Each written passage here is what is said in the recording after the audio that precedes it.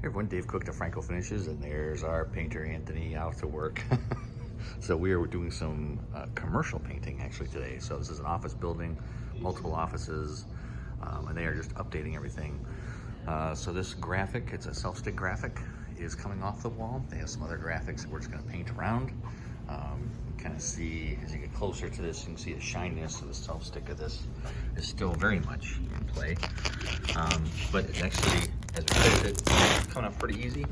So we'll take that off. Hopefully there's not a ton of drywall damage. The only thing we'll have is, you can see this bubble here. There's something underneath that. It'll probably come off, and they caulked it in.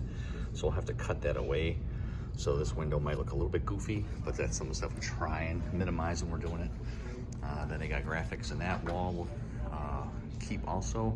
The red is going either gray or blue, depends on which wall it is.